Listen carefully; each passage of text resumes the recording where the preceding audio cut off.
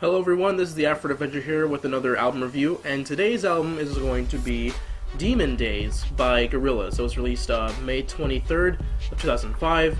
Some chart information: it peaked at number 1 on the OCC UK albums and number 6 on the US Billboard 200. It was released on the label Parlophone, and the singles are Feel Good Inc., Dare, Dirty Harry, and El Manana with Kids with Guns as a B-side. So without further ado, let's get this started.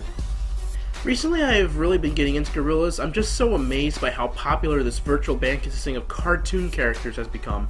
In case you don't know, Gorillaz is a band created by Blur's lead vocalist Damon Albarn and comic book artist Jamie Hewlett. They came together to create 4 characters, each with their own unique personalities and traits. There's 2D, the lead singer and general free-spirited idiot, Murdoch Nichols, the bassist, founder of the group, and Satanist. Noodle, the Japanese guitar princess, and Russell Hobbs, drummer and hip-hop enthusiast. Their first self-titled album was a good start for the group, but this particular project explored more and more into the world of the band. Perhaps not as much as their following project, Plastic Beach, but this LP is much more lyrical and cinematic compared to its predecessor. One could consider it a concept album, but all of that is arguable. For me, it was a journey into the mind of each of the members, perhaps minus Murdoch. And really, that was the whole point of the project to begin with. Damon wanted to call the album Demon Days because we're supposed to be exploring the album as a story where each member of the band is facing their own personal demons. I exclude Murdoch in particular because he practically is a demon, but as for the others, I'll get more into that. The first track is the intro of the album, and it sets the tone for the rest of the album appropriately, as it's dark and creepy, sampling Dark Earth from Dawn of the Dead.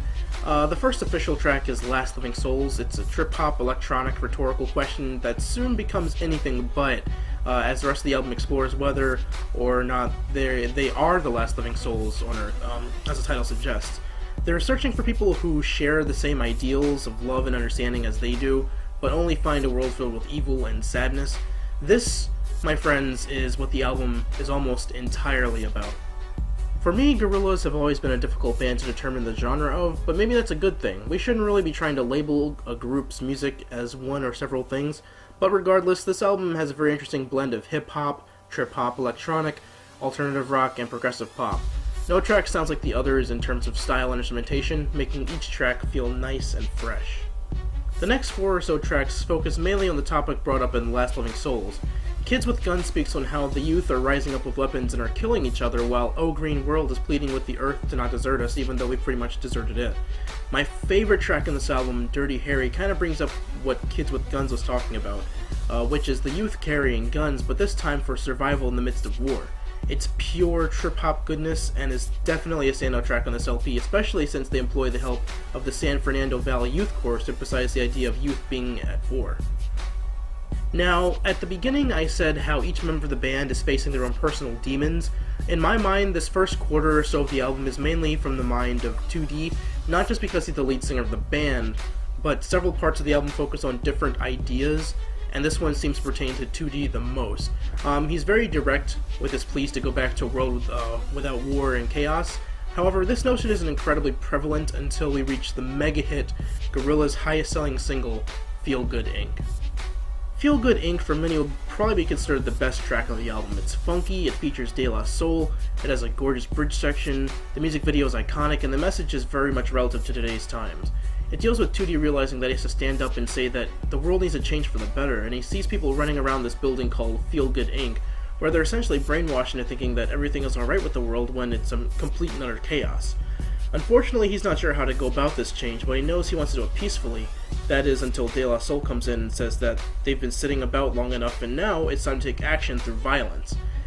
Even though 2D's vocals are euphoric and really fit the attitude of the album well, Gorillaz are very well known for their features on their projects. On this particular project, they call upon the likes of MF Doom, Roots Manuva, Sean Ryder, Ike Turner, and of course De La Soul, just to name a few people.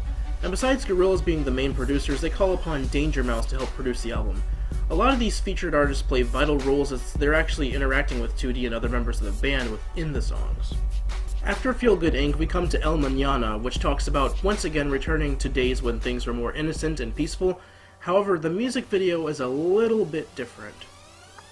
It's worth noting that the music videos equally play a vital role in the progression of the band and their music. Much of the band's personal lives and activities are shown through their music videos, so I would definitely recommend checking those out. I think you'll be impressed. In the music video for El Mañana, the floating windmill island shown in the music video for Feel Good Inc. is shot down by helicopters, and it's believed that Noodle, who was on the island at the time, dies along with the island. It's speculated that the song itself is 2D mourning the death of Noodle, as El Mañana literally means the morning in Spanish, but that could be a play on words of the morning, as in being sad. Every Planet We Reach is Dead has a pretty self-explanatory title, as one might believe that it's not only the world that's dead, but every other planet is dead as well. However, the song actually talks about a relationship 2D had, and how he's trying to forget about it, but he just grows sadder and sadder. It's speculated that it could be about his ex-girlfriend, Paula Cracker, who was lead guitarist of the group before Noodle, and ended up cheating on him with Murdoch, but then again, it's also speculated that this song is also about Noodle. After that much of the album, we reach what I believe is Russell's end of the album, as in November Has Come, we have rapper MF Doom talking about how basically, rap is dead. Bad rappers are becoming famous, people would rather listen to crunk beats instead of classic funk beats, and rappers have nothing worth talking about besides the usual money, women, and cars and stuff. The following track is All Alone, a fast-paced, intense track which has Roots Manuva showing off his own rapping skills, as he too is sick and tired of the awful rap that's being put out and accepted today. The following track is White Light, which is about liquor and barely has any lyrics. Perhaps this is Murdoch's section, knowing how he is. Right after that, we have yet another standout track called Dare, a dance electronica influenced song, which is where we come to Noodle's end of the album, as she's actually singing lead along with Sean Ryder of the band Happy Mondays. The meaning behind the song is kind of fuzzy, but people have speculated that it's about Noodle dealing with repressed thoughts, as the song says, "You've got to press it on you, and hold it down." Others have speculated that the song is about masturbation, and considering what the lyrics say, it's easy to see that, but I would take that with a grain of salt. The song was originally called It's There, because when they were recording the song, Sean couldn't hear the sound, so he kept saying, "It's coming up." The last three tracks of the album kind of coincide with each other, the first being Fire Coming Out of the Monkey's Head, which sees the late Dennis Hopper eerily narrating the story of the happy folk, who lived at the foot of the mountain called Monkey, and how the strange folk came and started mining the mountain and killing the happy folk. It's kind of a retelling of colonization. One thing I read on it is that I think is really interesting is how the happy folk couldn't see the strange folk, according to the lyrics. And being that the mountain is called Monkey, it could be a reference to the three wise monkeys, also known as, see no evil, hear no evil, speak no evil, as the happy folk were almost completely blind to the strange folks' presence, as they knew nothing about evil beforehand since they lived so peacefully. The second to last track is Don't Get Lost in Heaven, which could be seen as a bit of a parallel to the previous track, as it seems to be told from the perspective of the strange folk, as opposed to the happy folk. The track itself even makes reference to the previous track, so there's that too. Finally, the last track is the title track, Demon Days, which resurrects the main themes of the album, isolation, loneliness, and a dead planet. On this particular track, the London Community Gospel Choir is featured at the end, where it kind of blends Baroque pop with reggae, singing that you shouldn't focus on all of the bad things in life, try to take everything in that's good and positive, and it's a very fitting end for a very musically diverse and cinematic album such as this. Overall, I absolutely loved this album. There really wasn't a single track I could say that I disliked. However, I'm not the biggest fan of Kids with Guns or White Light. They just feel really repetitive to me, especially since White Light barely has any lyrics. It just repeats the same line over and over again. Instrumentally, it had a bit of a proto-punk vibe, but the middle choral section is gorgeous. I have to give it, that much. They could have made White Light entirely instrumental, and I would have enjoyed it a whole lot more. And Kids with Guns has a rather profound but simply put message, so it's very important to the album, so I can't, disregard that.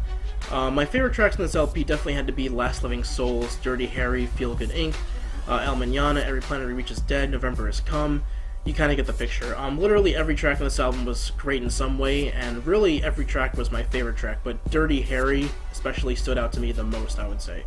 I love the featured artists on here, and that's something Gorillaz has always been great at. MF Doom and De La Soul would have to be my favorite featured artists on here. But as for the album as a whole, it's definitely one I would recommend not just listening to, but also buying.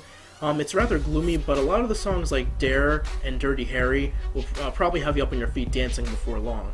It's also important to watch the music videos for the tracks that have them. You'll better understand the story of this album a whole lot better if you do. Anyways, thank you very much for watching this another album review. If you liked this video, please hit that like button and subscribe. It really does help. It only takes a second or less. Also, I take song and album review requests, so if you want an album or song to be reviewed that you like or may recommend, just leave a comment down below in the comment section or hit me up on my Facebook or my Twitter. Both links will be in the description. Anyways, once again, thank you very much, and see you next time.